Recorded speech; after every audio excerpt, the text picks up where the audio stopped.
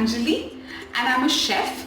I've been in the food industry for more than 13 years and I'm extremely happy today to be a part of Good Food with Good Times.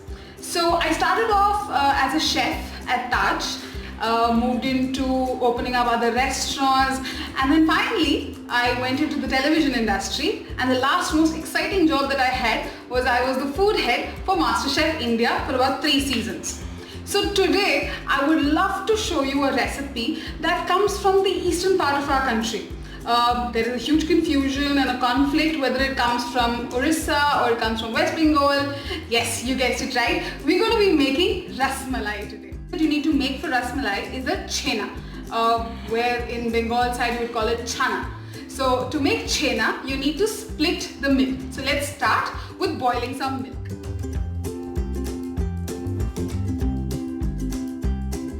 Some cow's milk. So we're using cow's milk to make the Ras Malai today. I'm bringing it up to a boil and then I'm going to split it. How are we going to split it? So basically you need some sort of acid to split it. You could use lemon juice, you could use vinegar, but I'll be using vinegar today because lemon juice, there's a lot of work to be done. You squeeze it out, then you strain it off. Vinegar is simple to use, fast to use. So I'm going to be using that. Split it when it's extremely hot. The chhena that you will get will be hard. Okay, many a times people tell me that their chhena has turned out very hard. So that is when you do it when you are splitting it when it is hot. Do not do that. And another thing is, we want the chhena to be big in size. We don't want those mini pieces of chhena. We want big pieces of chhena. So for both of those reasons, it's very important to first cool down the milk slightly, not extensively, slightly. So I switched off the milk and I must have waited for about 4 to 5 minutes. That's it. Vinegar right here. This is about 20 ml of vinegar. So for 2 liters of cow's milk, I have about 20 ml of vinegar. Now you will not directly add this vinegar either. How will we do it? We have equal quantity of water as well. So I'm going to mix the two of these. So in another bowl, I add the vinegar and the water. So a little bit and then move it with a gentle hand. A little more. Again with a gentle hand. There is the chana. And do you see the size of the chana now? They're nice and big and extremely soft. So it's very important that now we don't mix it too much.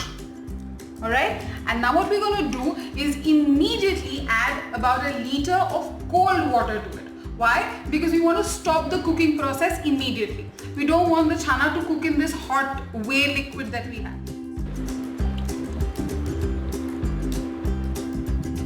To strain this so that we have the chana separate and the whey separate.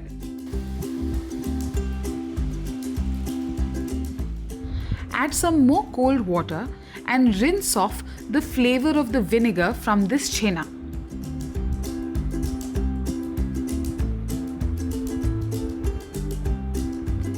Bring the edges of the muslin cloth together so that you can hang this for some time.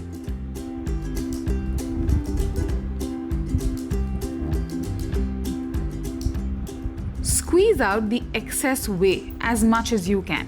I've squeezed out as much whey as I could. I'm going to hang this for about 2 to 3 hours so that as much more whey can get out, let it get out. Okay? So Ras Malai is made out of 2 words. Ras and Malai. Ras will come a little later. Let's start off with the Malai part. For the Malai, I require about a liter of full fat milk, which I'm going to reduce to half. Okay? So here goes the milk.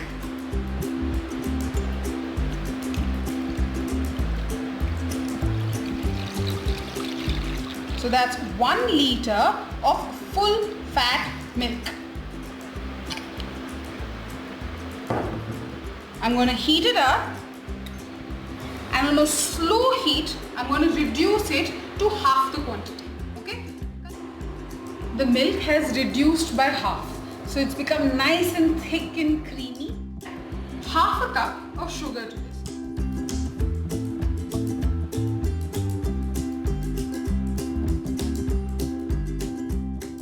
we have this nice sweet milk, I'm going to add a little bit of kesar to it. So there I have some kesar right here. Just a pinch of kesar does the trick. Slightly cool down while we make our rasmalais.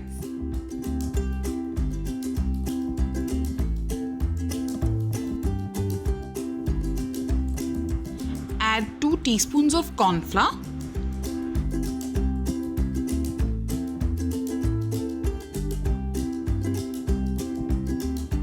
Roll it into a nice smooth ball. And then make it into a long log.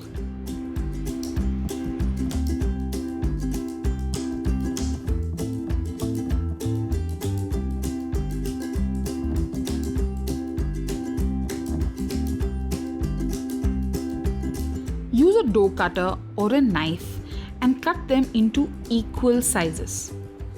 From this 2 liters of milk, I got about 16 pieces. Now this is what we are looking for, a smooth ball.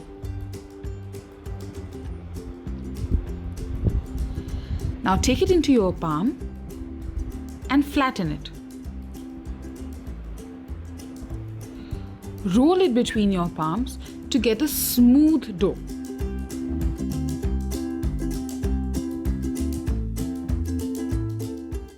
Cover so it doesn't dry off.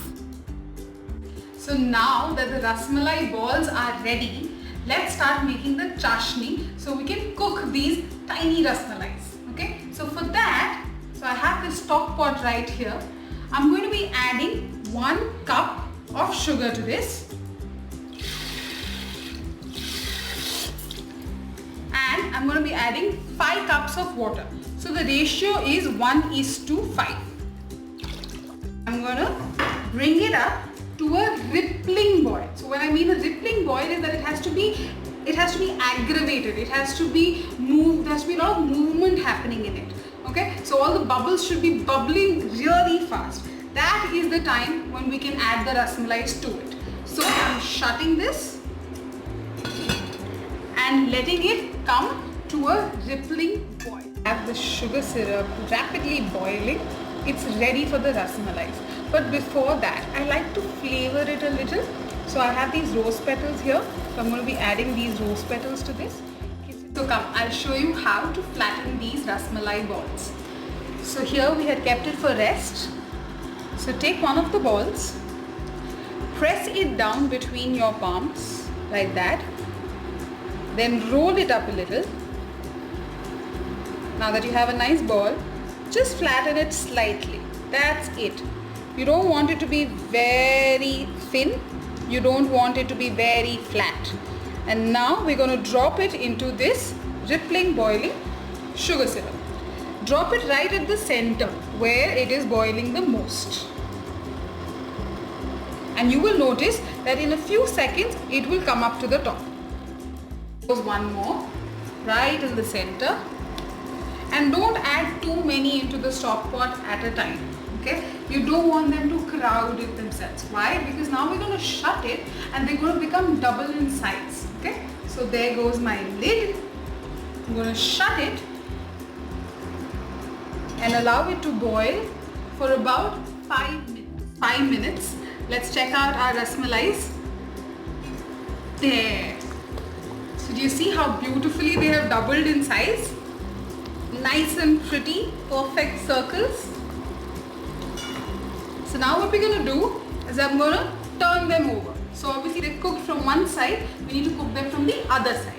So I'm turning them over very gently.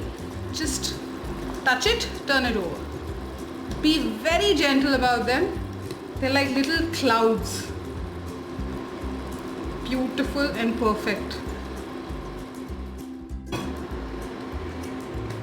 So we'll wait for 5 more minutes and then they're almost ready. Whoa! So it's been about 5 minutes on one side and 5 minutes on the other side, and they are more than double in size. This is what we were looking for. Now this is a very important trick.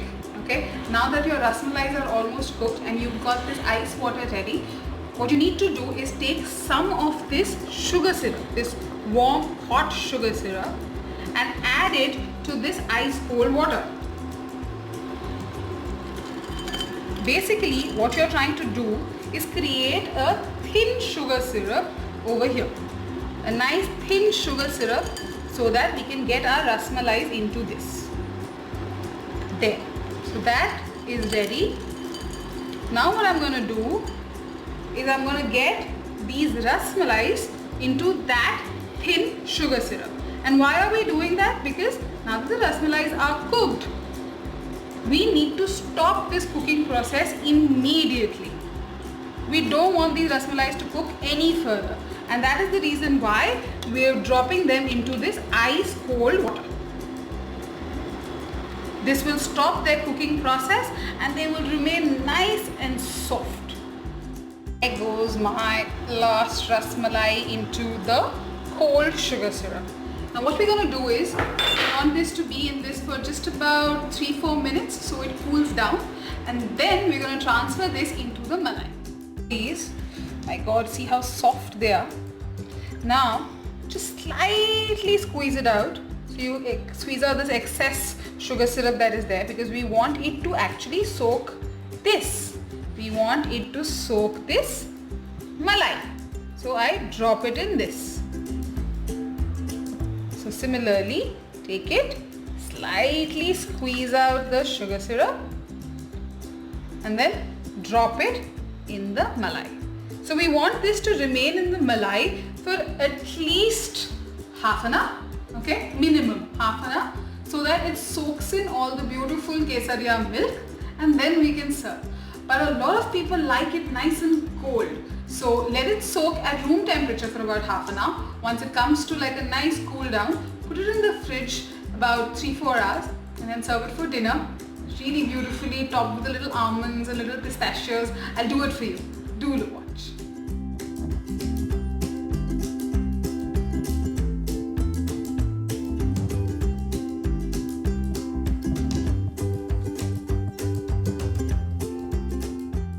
Garnish with slivers of almonds and pistachios and few dried rose petals. And that's my Kesaria Rasmalai. Thank you for watching. See you soon.